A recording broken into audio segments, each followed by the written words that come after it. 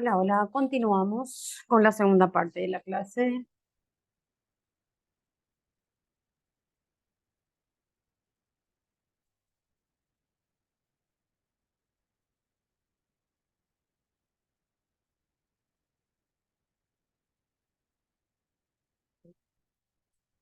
Bueno, ¿cuánto cuesta un accidente de trabajo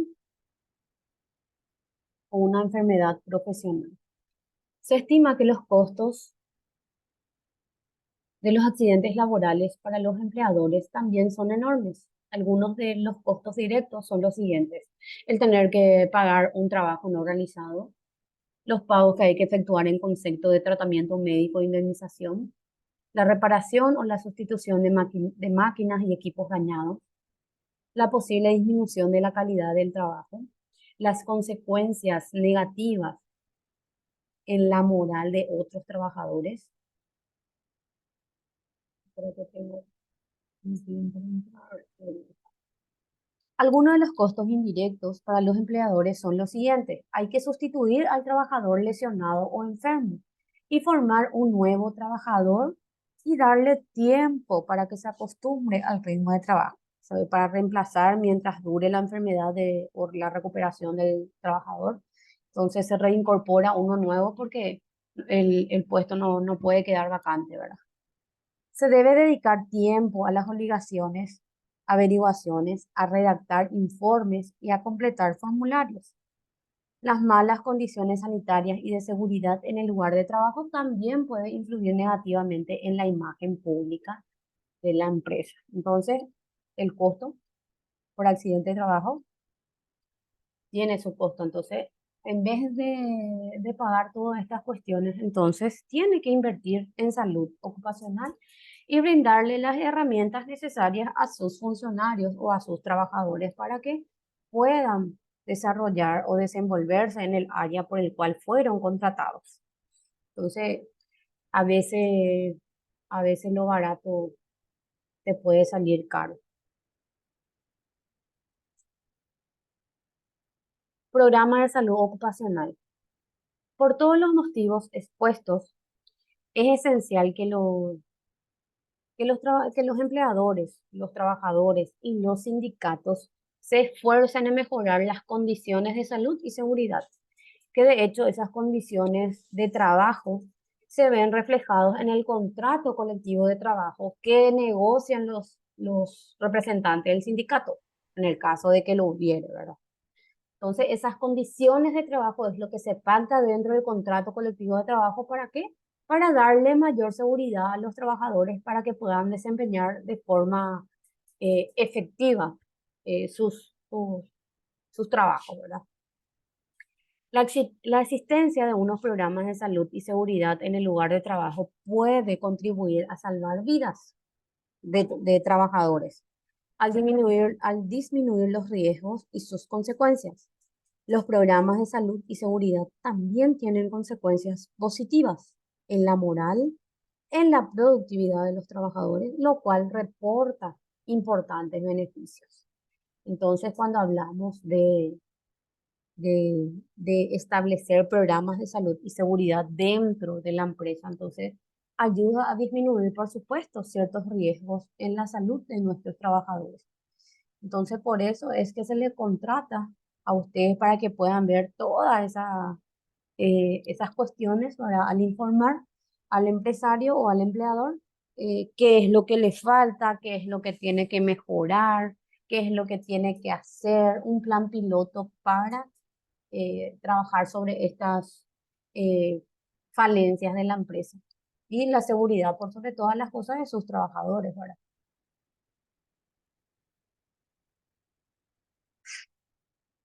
Programa de salud ocupacional. Tenemos medicina preventiva y el trabajo, tenemos higiene industrial, tenemos seguridad industrial, tenemos ergonomía y factor psicosocial. Entonces, estos son los programas que debemos de trabajar. Medicina preventiva y del trabajo, que es lo que busca promover y mantener el más alto nivel del bienestar físico, mental y social de los trabajadores en todas las profesiones. Prevenir todo daño causado a la salud de los trabajadores por las condiciones de su trabajo, protegerlos en su empleo contra riesgos resultantes de la presencia de agentes perjudiciales a la salud.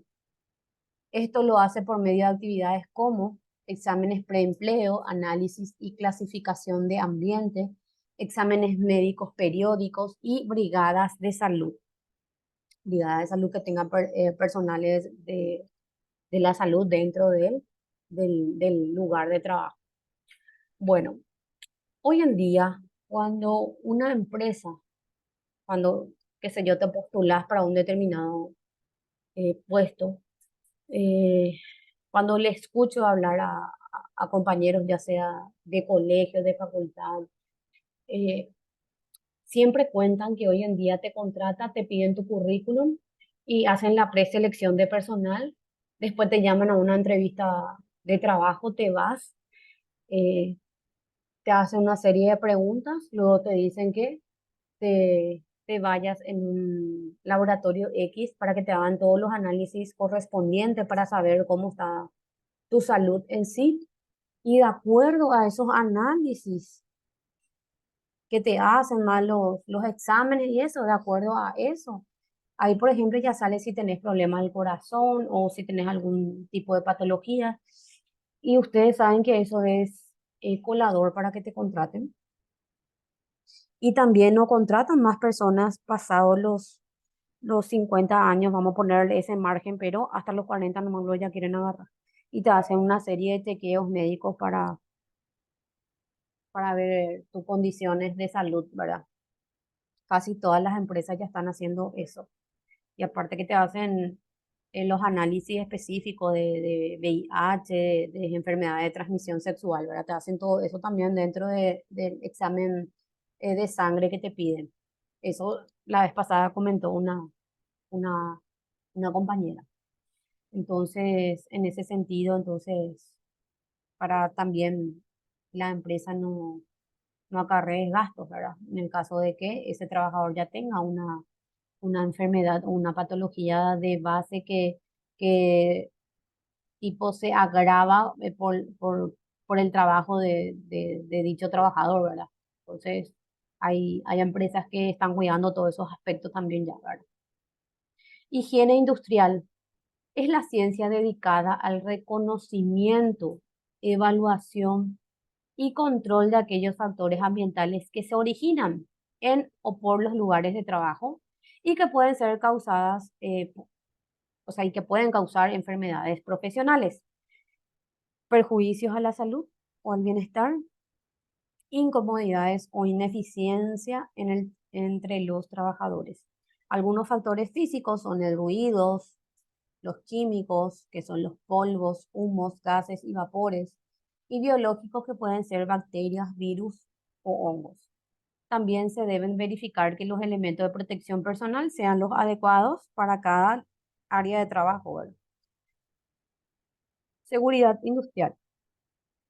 Es el conjunto de actividades destinadas a la prevención, identificación y control de las causas o factores de riesgo que pueden generar accidentes de trabajo o generan accidentes de trabajo. Ejemplo, condición ambiental peligroso, actos inseguros, riesgo por incendio y explosión, riesgos eléctricos. Se deben inspeccionar y comprobar el buen funcionamiento de equipos, analizar las causas de los accidentes y entrenar a los trabajadores en el uso de los elementos de protección. Que de hecho hay empresas que hacen luego tipo talleres, ¿verdad? Para su utilización o en caso de que ocurra algún tipo de siniestro, cuáles van a ser las medidas de prevención que van a utilizar, ¿verdad? Que de hecho que cuando trabajamos en una empresa grande, ¿verdad? Eh, sí o sí tienen, bueno, son más de 200 funcionarios y tienen un técnico, ¿verdad? Y el técnico, a tener nuevos trabajadores, evidentemente debe dar una charla de cómo utilizar los equipos de seguridad. Y hay veces que dar la charla les da a los trabajadores los equipos de seguridad y son los propios trabajadores quienes no utilizan esos equipos. Si bien ponen algunos, no utilizan todos.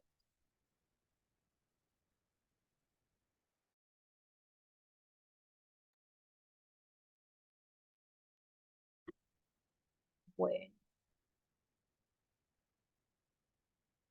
Y cuando no utilizan estos equipos de seguridad que vemos aquí, en el caso del zapatón para los que van a trabajar con tendido eléctrico y eso, tienen que ustedes, y más si va a estar a cargo de ustedes todas estas cuestiones, entonces tienen que primero luego una amonestación verbal, luego por escrito para que puedan ustedes tener una constancia de que ustedes le venían advirtiendo al trabajador porque no quería usar sus elementos de trabajo, entonces para que no digan que ustedes no hicieron su trabajo, ¿verdad?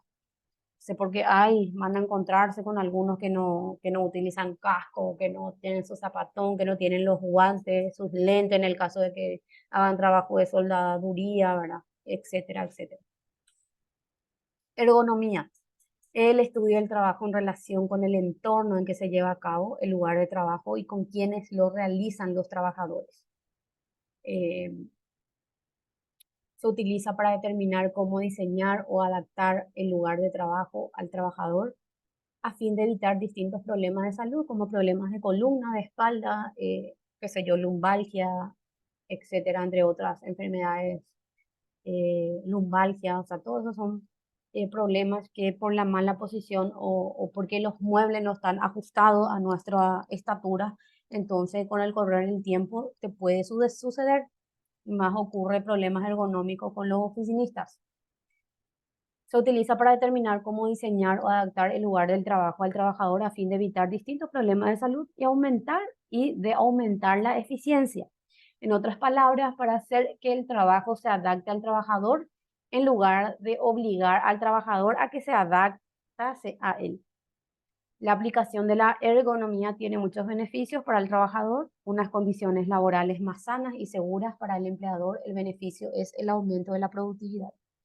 Algunos factores que se revisan y que pueden influir en la comodidad y la salud del trabajador son la iluminación, el ruido, la temperatura, las vibraciones, etc. Factores psicosociales.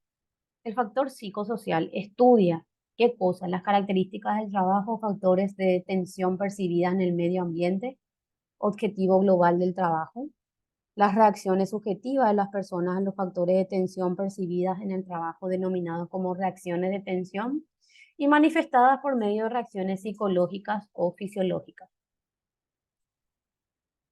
Los resultados de prolongadas situaciones de tensión, enfermedades físicas, perturbaciones mentales y conductas. Es cuando ya tanta sobrecarga tiene el cuerpo de la persona que su forma de responder ya es hostil, ya es agresivo. Entonces todo eso es repercusión del cúmulo de cosas que durante el año uno fue arrastrando. Y esta época luego ya es una época donde ya llegamos con el 90% saturado con todo lo que fue la carga anual del año. Y esta época luego ya estamos todos sensibles, irritados, qué sé yo. Ya buscamos vacaciones, ya miles de cosas. Entonces, los factores emocionales y el entorno social también influyen mucho en el comportamiento de las personas. Psicología de la emergencia, el comportamiento humano antes, durante y después de la emergencia. En el área de la salud existen tres formas de prevención. Prevención primaria, que es reducir la incidencia de los trastornos. Prevención secundaria, que es dirigida a reducir los efectos dañinos de los sucesos que acaban de ocurrir. Prevención terciaria, dirigida a reducir los efectos dañinos de los sucesos que acaban de ocurrir. Y la psicología,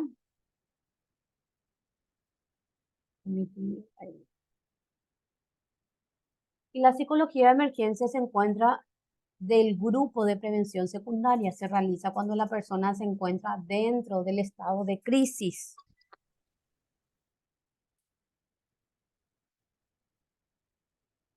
¿Qué es un estado de crisis? Es un estado temporal de trastorno y desorganización generado por un evento vital externo que sobrepasa la capacidad de respuesta de la persona. Es cuando ocurre un problema grave dentro de la empresa y los trabajadores presionan al director o al jefe encargado de área a que solucione ese inconveniente, o cuando hay un abuso de poder por parte de nuestros superiores. Entonces eso hace que entremos en un cuadro de crisis o de estrés que, si no tenemos respaldo de nuestro director general, por decirlo de alguna forma y por ponerle una jerarquía, no recibimos su apoyo. ¿Por qué? Porque viene otro jefe, otro director de otra área, viene y nos reprende, nos habla mal, nos grita, nos dice que somos buenos para nada, bueno en esto, malo en esto, en aquello, y entonces entramos en una situación de ansiedad, de que no sabemos cómo actuar, no sabemos para dónde disparar. Entonces todas esas cuestiones hacen que afecte nuestra salud. Entonces, por eso es que también, aparte de tener un dispensario clínico o un lugar donde podamos recurrir con un doctor, con un médico, también tenemos que tener un psicólogo. ¿Para qué? Para que nos puedan contener, nos puedan calmar, nos puedan poner de vuelta nuestro cable a tierra, como se dice normalmente. O sea, hay muchas situaciones, ¿verdad? Que seguramente a uno le pasa, ¿verdad? Y que le cuesta canalizar, no solamente dentro del entorno laboral, sino que hay veces, hay veces ciertas situaciones que sucedieron dentro de nuestro hogar, traemos para el lugar del trabajo, y más con la situación del trabajo, eso hace que, por supuesto, reventemos, ¿verdad? Por una forma de decir, ¿verdad? Entonces, eso sale reflejado en la forma de cómo actuamos, cómo hablamos, cómo respondemos, cómo nos sobresaltamos. Entonces, hay ciertas cuestiones que hay que saber manejar. ¿Dónde se realiza la psicología de emergencia? En el lugar del incidente, con un límite de tiempo establecido. Es un trabajo en equipo. No hay un plan de trabajo a seguir. Una emergencia es una situación que aparece cuando surge un fenómeno, un suceso eventual, inesperado y desagradable, por su poder para causar daño o alteraciones en las personas, los bienes, los servicios o el medio ambiente. Una situación de emergencia, por ejemplo, hay personas que tienen pánico a ciertos lugares o recintos cerrados, o cuando pasa un siniestro, ya sea un incendio.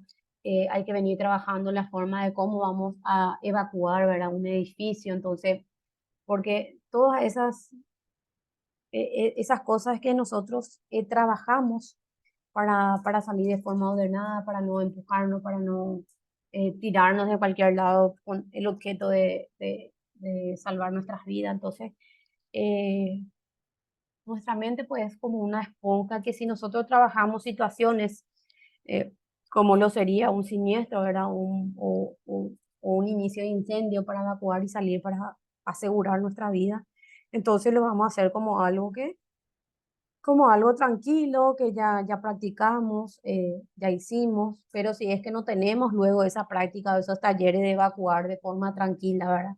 De dejar todas las cosas y salir tipo luchen por su vida. Entonces, es muy difícil, porque cada persona es diferente y cada persona reacciona de una manera diferente. Hay algunos que entran en estado de shock, otro otro se le sube todo el azúcar, la presión, otro sí que se queda tipo petrificado en su asiento. Entonces, de eso necesitamos que los compañeros le agarren, le lleven y le quiten, ¿verdad? O sea, hay muchas cuestiones, muchas situaciones que en ese momento, cuando sucede, tenemos que saber sortear. Características de las emergencias: son imprevisibles y accidentales, claro, puede ocurrir como no puede ocurrir. Causan sorpresa, indefección, desestabilización, implican pérdida o amenaza de la vida o de la propiedad, perturban el sentido de la comunidad y provocan consecuencias adversas para los supervivientes. Precisan intervención urgente, son situaciones de urgencia, aparecen reacciones psicológicas intensas. De repente hay personas que entran en estado de shock y gritan, zapatean. Entonces son cuestiones que hay que saber lidiar. Son sucesos o eventos críticos, es decir, potencialmente traumáticos, como fue, por ejemplo, el caso de lo que pasó en Ecuador hace mucho tiempo atrás, donde lastimosamente los dueños quisieron proteger lo material antes que las vidas de las personas que estaban en ese lugar cuando dio la desafortunada orden de que los portones se cerrasen, ¿verdad? Hay muchas cuestiones que no quiero entrar a detallar tampoco en ese sentido porque muchos dijeron que el portón se cerró porque por la energía, otros que sí dio la orden de que se cierre porque para que la gente no robe, ¿verdad? Etcétera, etcétera. Pero son situaciones traumáticas que uno ya tiene que aprender a lidiar con lo que sucedió y a sacar fuerza de donde sea para seguir adelante, pero sí o sí ese trauma queda en el inconsciente o subconsciente de las personas. Por eso hay que trabajar para superar dichos traumas. Entonces, por eso es necesario que contemos con los profesionales necesarios para ayudar a los trabajadores por la situación que pasamos dentro de la empresa o situaciones de asalto a mano armada, donde se perdió vida a compañeros, etcétera, o hubo mucha violencia. Eso también repercute en el estado emocional de los trabajadores. ¿En qué situaciones se debe intervenir? Accidentes de tráfico, aéreos, navales, ferroviarios, accidentes laborales, accidentes naturales, aludes, inundaciones, incendios, terremotos, incendios autolíticos y suicidios consumados en caso de que se trabaja con los allegados, maltrato de género, maltrato infantil, abuso sexual, actos terroristas, desaparecidos, secuestrados, toma de rehén, situaciones de alarma social. ¿A quiénes se deben atender? Afectados directos o primarios, personas expuestas directamente al suceso, afectados secundarios, personas allegadas a los afectados, que son los familiares, ¿verdad?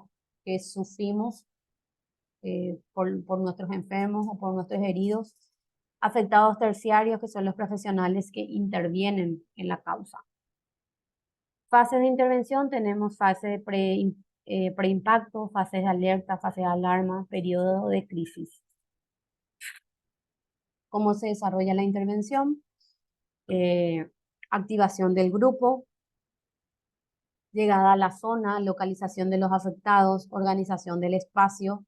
En este caso se tuvo que recurrir a la iglesia, en el caso de Guabolaño, y a un lugar bailable que se abrió también para depositarlo en las personas fallecidas, ¿verdad? Organización del espacio, inicio de los primeros auxilios psicológicos, comunicación de malas noticias, acompañamiento, identificación de objetos o cadáveres, derivación. Atención a los intervinientes, atender a los intervinientes es prestar atención al estrés, prevención desde la institución, que sería cuidar la salud y del bienestar de los trabajadores, una obligación empresarial. Prevención desde los intervinientes, que el propio interviniente juega un papel importante en la prevención de enfermedades relacionadas con el estrés. Gracias por su atención y aquí terminamos nuestra primera unidad. No sé si tienen alguna pregunta, alguna consulta que quieran decir o algo que quieran acotar, aclarar. Les escucho.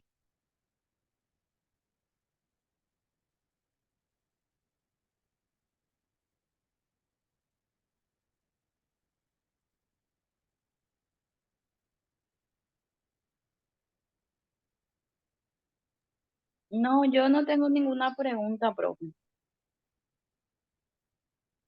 Los demás, voy a alzar una tarea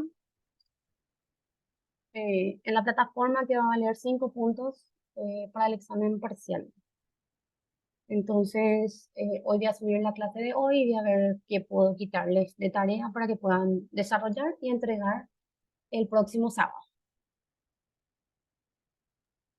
Buen día, profe. Por mi Buen parte, día. nada. Muchas Ok, gracias. dale, Arnaldo. Y bueno, entonces si no hay ninguna pregunta, nos conectamos el próximo sábado a las 9 horas, que generalmente vamos a estar iniciando y 5 y 10 cuando la mayoría se conecte. Entonces que tengan un excelente fin de semana, cuídense, si toman no manejen, manéjense en Uber y Entonces, nos vemos el próximo sábado, Dios mediante. Dale, profe, nos vemos. Bueno, chao, chao.